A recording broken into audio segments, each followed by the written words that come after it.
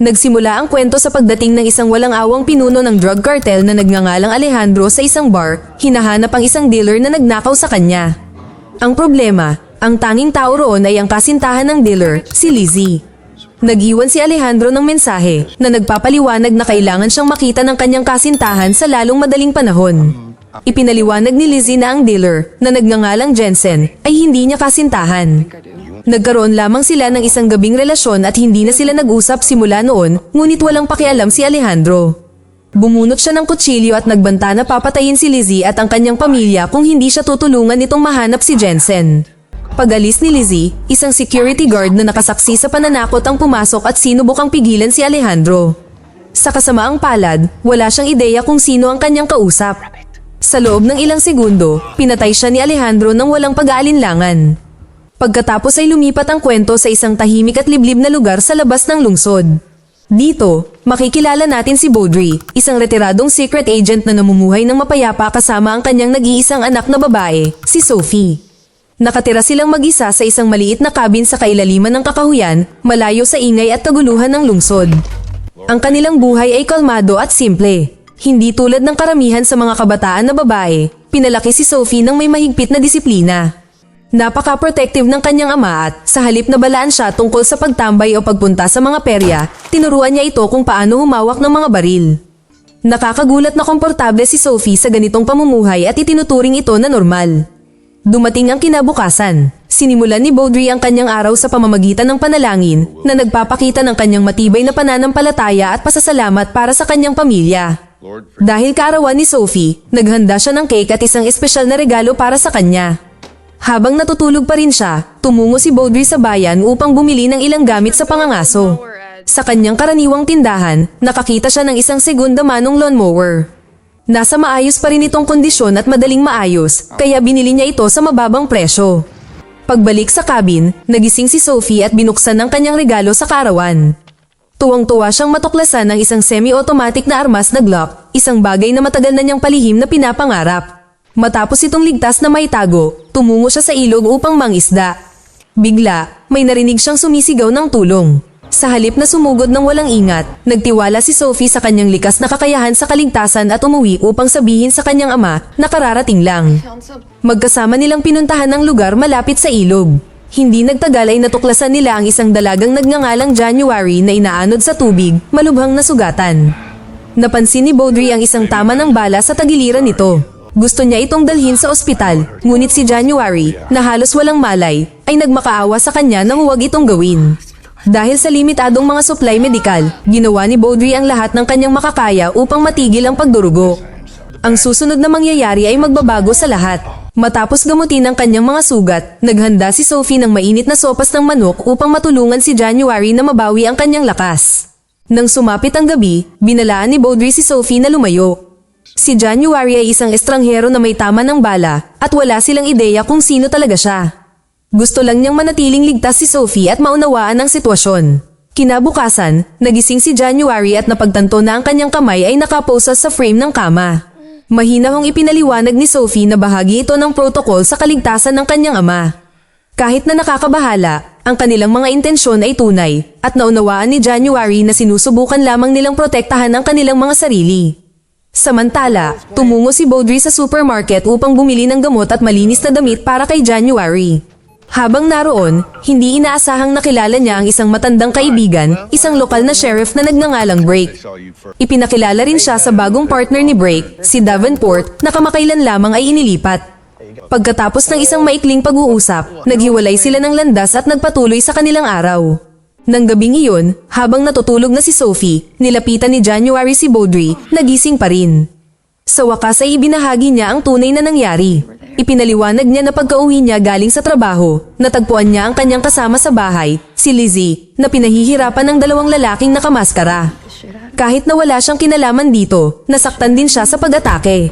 Pagkatapos ay kinalagkad ng dalawang lalaki ang dalawang babae papunta sa ilog. Binaril nila ang isang lalaking konektado kay Lizzie at itinapon ang katawan nito sa tubig. Nakatakas sandali si January, ngunit binaril sa tiyan bago pa siya makabangon. Sa paniniwalang patay na siya at tinangay ng agos, iniwan siya ng mga umaatake. Pagsapit ng madaling araw, hinanap ni Baudry ang ilog upang kumpirmahin ang kanyang kwento. Natagpuan niya ang katawan ni Lizzie na naipit sa pagitan ng mga sanga malapit sa gilid ng tubig. Dahil napagtanto niyang malalaman ng mga mamamatay tao na nakaligtas si January kung sakaling matagpuan nila ang bangkay, gumawa siya ng mahirap na desisyon na ibalik ito sa ilog. Kalaunan ay sinabi ni Baudry kay Sophie ang lahat ng kanyang natuklasan. Nahirapan siyang magdesisyon kung itatago ba niya si January o ibibigay ito sa mga awtoridad. Gayunpaman, iginiit ni Sophie na tulungan siyang gumaling at pumayag si Baudry na ipagpaliban ng anumang desisyon. Pagkalipas ng ilang araw, habang papalubog ang araw, sa wakas ay lumabas muli si January matapos makabawi ng lakas. Natagpuan niya si Baudry na tahimik na nakaupo at lubos na nagpasalamat dito sa pagliligtas ng kanyang buhay. Kung wala ang kanilang tulong, alam niyang mas malala pa sana ang mangyayari sa kanya. Nang makitang maayos na ang pakiramdam ni January, at ubiling sinabi ni Baudry na ililipat siya sa isang klinika na pagmamayari ng isang matandang kaibigan simula kinabukasan. Tiniyak niya rito na sasagutin ang lahat ng gastusin. Dahil naunawaan niya ang sitwasyon, tinanggap ni January ang kanyang desisyon.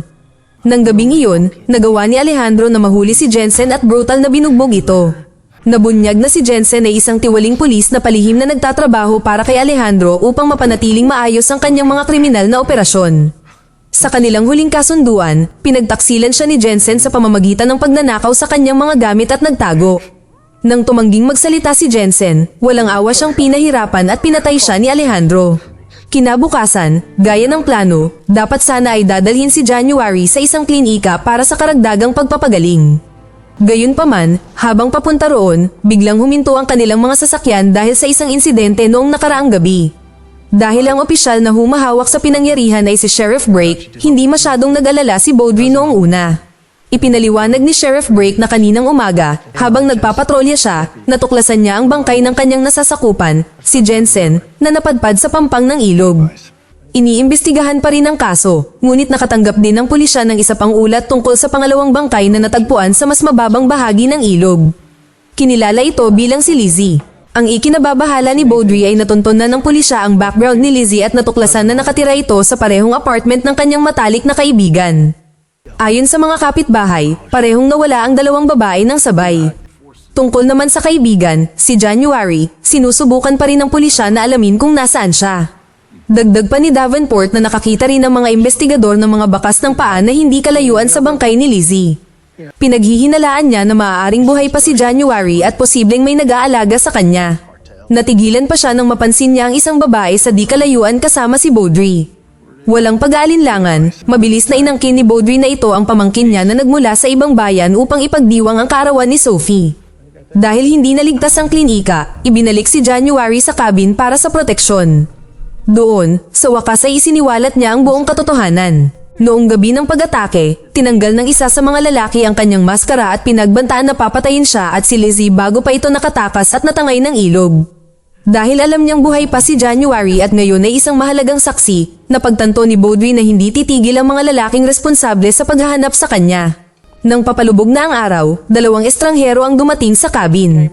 Sila pala ay mga tauhan ni Alejandro. Walang nakakaalam kung paano nila nahanap ang lugar, ngunit mariing iginiit ni Baudry na wala siyang nakitang hindi pamilyar na babae sa malapit, na kalaunan ay nakumbinsi silang umalis. Ngunit hindi talaga sila umalis. Isa sa mga lalaki ang palihim na bumalik sa cabin upang patayin si January habang ang isa ay naghihintay sa kotse. Ang pagkakamaling iyon ang nagresulta sa kanyang buhay nang mahuli siya ni Baudry. Nang magpaputok ng babala si Sophie, mabilis na tinapos ni Baudry ang pagbabanta. Para burahin ang anumang bakas ng nangyari, napilitan si Baudry na sunugin ang mga bangkay at itapon ang sasakyan sa isang inabandonang minahan kung saan malamang na hindi na ito matagpuan. Pagbalik nila sa cabin, humingi ng tawad si January dahil alam niyang ang presensya nito ay nagdala kina Baudry at Sophie sa isang mapanganib na bagay. Pagkatapos ay nakipagkita ng pribado si Baudry kay Sheriff Brake. Inamin niya na ang nawawalang babae mula sa ilog ay buhay at kasalukuyang nasa ilalim ng kanyang proteksyon. Dahil alam niyang magpapadala si Alejandro ng mas maraming tauhan, hiniling niya sa sheriff na ilihim ito at tulungan si January na umalis sa lugar. Bago humiwalay, binigyan ni Baudry si January ng isang malaking halaga ng pera para matulungan siyang magsimula ng bagong buhay. Habang dinadala siya ni Sheriff Brake, pinapanood siya ni Sophie sa malayo habang tumutulo ang kanyang mga luha dahil alam niyang nawalan siya ng isang taong parang pamilya at ang masakit na pamamaalam na ito ang tanging paraan para mapanatili siyang ligtas. Kinabukasan, habang nagising sila, nagsimulang mag-alala si Sophie kung kumusta na si January. Nararamdaman ni Baudry ang parehong pag-aalala at sinubukang tawagan si Sheriff Brake, ngunit hindi na aktibo ang numero. Dahil wala ng ibang pagpipilian, nagpa siya silang dumiretso sa istasyon ng pulisya para hanapin siya. Habang naghihintay si Sophie sa kotse, sinalubong si Baudry ni Davenport na katatapos lang ng morning assembly. Sa halip na ipaliwanag kung nasaan si Sheriff Brake, casual na inilipat ni Davenport ang usapan sa iba't ibang direksyon. Iminungkahi pa niya na maaaring katrabaho ni Sheriff Brake si Jensen, ngunit sa pagkakaalam ni Baudry, si Sheriff Brake ay palaging isang tapat na tao na hindi tumatanggap ng maruming pera. Nang gabing iyon, habang natutulog sina Baudry at Sophie, isang kakaibang kotse ang tahimik na huminto malapit sa kanilang cabin. Lumabas ang driver, at si Davenport pala ito. Walang nakakaalam kung ano ang tunay niyang intensyon, ngunit palihim siyang pumasok habang may dalang baril. Bago pa siya makakilos, mabilis siyang inambush ni Baudry. Di nagtagal, nakatali si Davenport sa isang upuan na may nakasabit na lawnmower sa harap ng kanyang mukha. Nang tanungin, sa wakas ay inamin niya ang katotohanan. Patay na si Sheriff Brake at ibinigay si January kay Alejandro ilang sandali matapos ang huling pagkikita nila ni Baudry. Nang marinig na wala na ang kanyang matalik na kaibigan at nabihag na si January, iginiit ni Baudry kung saan nagtatago si Alejandro. Nang tumanggi si Davenport at hinamon pa nga siya, walang nagawa si Baudry kundi pilitin siyang ibunyag ang katotohanan. Nang sa wakas ay ibinunyag ni Davenport ang kinaroroonan ni Alejandro, naglaan ng ilang sandali si Baudry para sumulat ng liham para kay Sophie. Dito, humingi siya ng tawad sa hindi niya pagprotekta sa kanya sa paraang dapat sana. Sinabi rin niya rito na kung hindi siya makabalik pagsapit ng umaga, dapat siyang pumunta sa lola nito sa Mexico. Pagkatapos ay tumungo si Baudry sa isang inabandonang pabrika habang hinihila ang malubhang sugatang si Davenport. Doon, sinalubong siya ni Alejandro na bumati sa kanya ng may kumpiyansa at mga banta, handang patayin si Baudry at ang kanyang bihag. Habang hindi nakikita, palihim na sinundan ni Sophie ang kanyang ama at isang marahas na barilan ang naganap. Habang papasok ng mas malalim si Alejandro sa gusali, binaril si Baudry sa dibdib at bumagsak. Sinubukan siyang patayin ng isa sa mga lalaki, ngunit tumugon si Sophie sa oras at binarilang umatake mula sa malayo na nagligtas sa buhay ng kanyang ama. Ang kanyang matapang na hakbang ay naglantad sa kanyang posisyon at isa pang kaaway ang nagsimulang lumapit sa kanya. Mabilis na nag-isip si Sophie at nalinlang siya sa pamamagitan ng pag-iwan ng kanyang baril bilang patibong na siyang dahilan kung bakit siya nahila palayo. Samantala, pumasok si Baudry at natagpo ang buhay at walang sugat si January. Natuklasan din niya na buhay pa ang asawa at anak ni Jensen. Habang hinahanap ang mga susi para makalaya sila, bigla siyang sinaksak ni Alejandro mula sa likuran. Sa kritikal na sandaling iyon, lumitaw si Sophie at binaril si Alejandro na nagpahinto sa kanya ng tuluyan. Gaya ng dati, dumating si Sophie sa tamang oras. Dahil patay na si Alejandro, sa wakas ay natapos ang bangungot. Ang resulta ay nag-iwan kina Baudry at January na nangangailangan ng ilang buwan ng paggaling. Nang lumipas ang panahon, tinanggap ni Baudry at Sophie si January upang manirahan kasama nila, tinitiyak na sa wakas ay makakaramdam siya ng ligtas at protektado.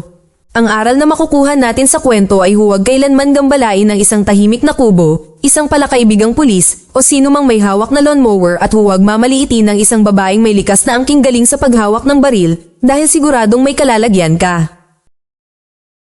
Mag-subscribe para sa higit pang mga video na tulad nito, i-on ang notification at mag-iwan ng like para matulungan ang aming channel. Salamat sa panunood.